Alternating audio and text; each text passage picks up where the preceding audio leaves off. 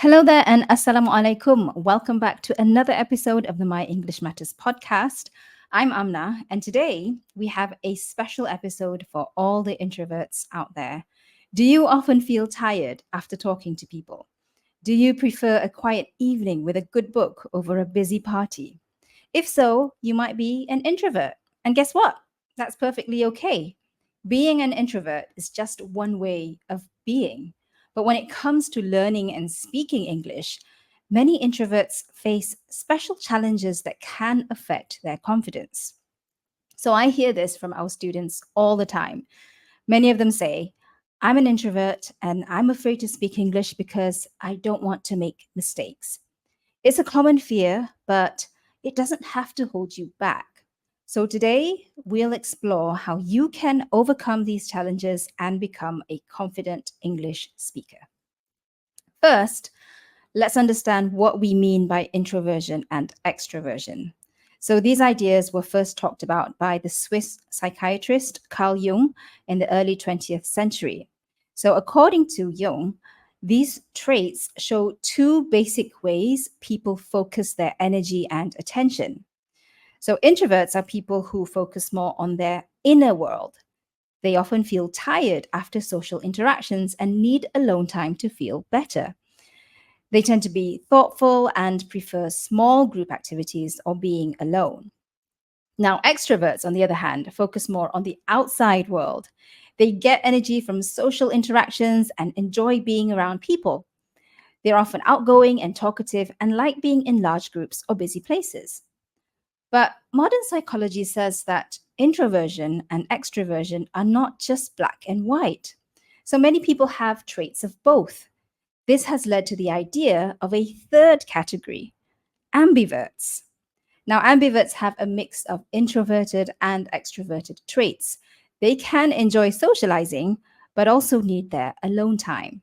And research suggests that both biological and environmental factors influence whether someone is more introverted or extroverted. So, for example, our genes can influence how we respond to stimuli, while our upbringing and culture can shape our social behaviors and preferences. So, what about you? Are you an introvert, extrovert, or ambivert?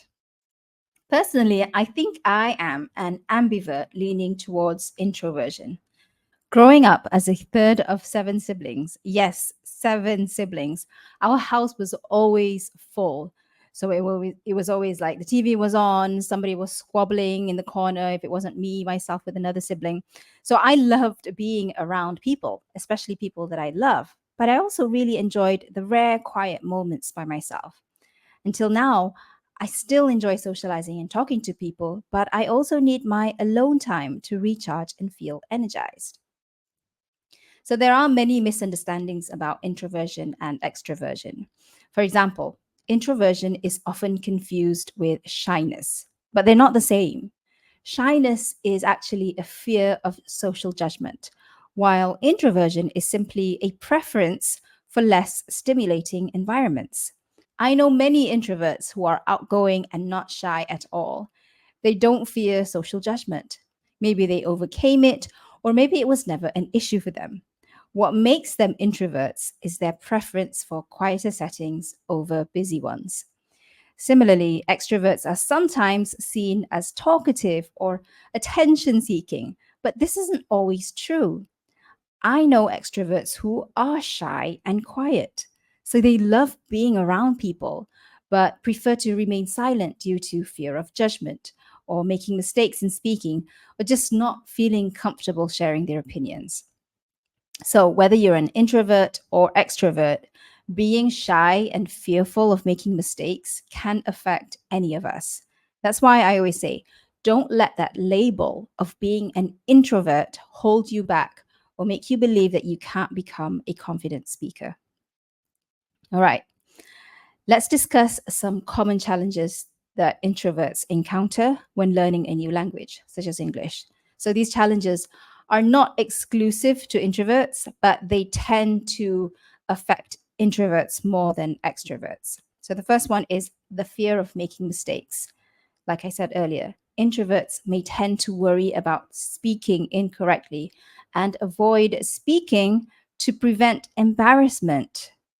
And number two, social exhaustion. So, talking, especially in a non native language, which is not your first language, can be tiring and may lead to avoidance. So they may avoid going to networking or social events because it just feels overwhelming for them. And number three, overthinking. So for introverts, talking spontaneously can be tough. They tend to overthink every word and sentence, which makes speaking feel awkward and embarrassing.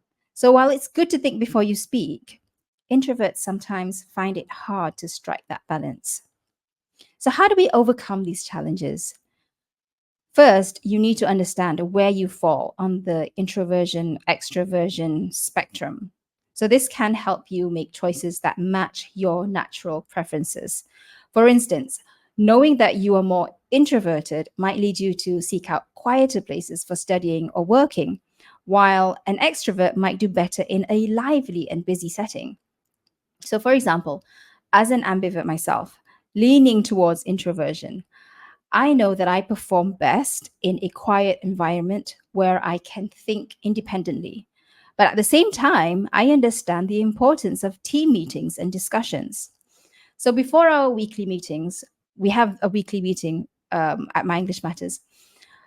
I always prepare an agenda outlining what needs to be covered. So if there's a topic that requires brainstorming, I do the necessary research before the meeting to ensure that I'm prepared for any questions or to explore potential ideas more deeply. So, this helps me feel more confident in meetings because I feel like I can make a meaningful contribution in them.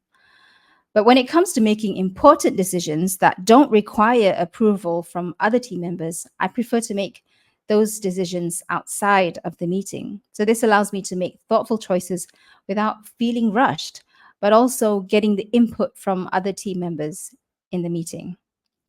Now, here are some more tips to help you embrace your introversion and become more effective in an English speaking environment. Number one, use your listening skills. As an introvert, you are likely a great listener. So use this to your advantage by listening to English podcasts, watching movies, or having conversations with people in English. So this will improve your understanding and pronunciation. Practice in comfortable settings. Start practicing English in low pressure environments. So, this could be with a close friend, a family member, or even just by yourself in front of a mirror. You can gradually increase the difficulty by joining small groups or online forums. Number three, prepare and plan. So, before a conversation, think about what you might want to say. But don't overthink it, of course. But when you have prepared and planned for a conversation or before a meeting, so you've already thought about the things that you may think, you'll tend to overthink less because you've already done all the thinking before the event. So, what you can do is write down some key phrases or vocabulary words, and this preparation can boost your confidence. So, just like in the example that I shared, where I prepare an agenda or I do the necessary research before entering a meeting, you can do this too for your meetings. So, if you're not the organizer of the meeting, make sure you enter it knowing what is on the agenda and what your role in it is. Number four, use technology. So, language learning apps and online courses can provide a safe space to practice. At My English Matters, we have these speaking practice sessions where our students come together on Zoom and practice speaking in breakout rooms. So, we don't only just teach English, we encourage our students to actually practice in these sessions. We provide scenarios for our students to play out, and we also challenge them to use new phrases or apply tips that we share in our trainings. Number five, set realistic goals. So, as an introvert, you may tend to have high expectations of yourself. That's one of the good things about overthinking. You set high standards for yourself. So this is a positive trait. I'm all for having high standards and working hard and pushing yourself to do better, but don't pressure yourself to speak perfectly. Aim to improve step by step. Celebrate the small victories, like successfully ordering food in English or introducing yourself to someone new. So we had one of our students take on a challenge of ordering food in English. Even something as small as that can be celebrated. It may seem small to other people, but it's a win for you because you're doing something out of the ordinary and outside of your comfort zone. So, our favorite quote here at My English Matters is practice makes progress, because it's not about being perfect, it's about making progress. So, final thoughts: being an introvert does not stop you from speaking English confidently. In fact, your reflective nature and attention to detail can be great strengths. Embrace your introversion, practice in ways that suit your personality, and remember that confidence comes with time and practice. So, are you an introvert? Don't let that label affect your confidence.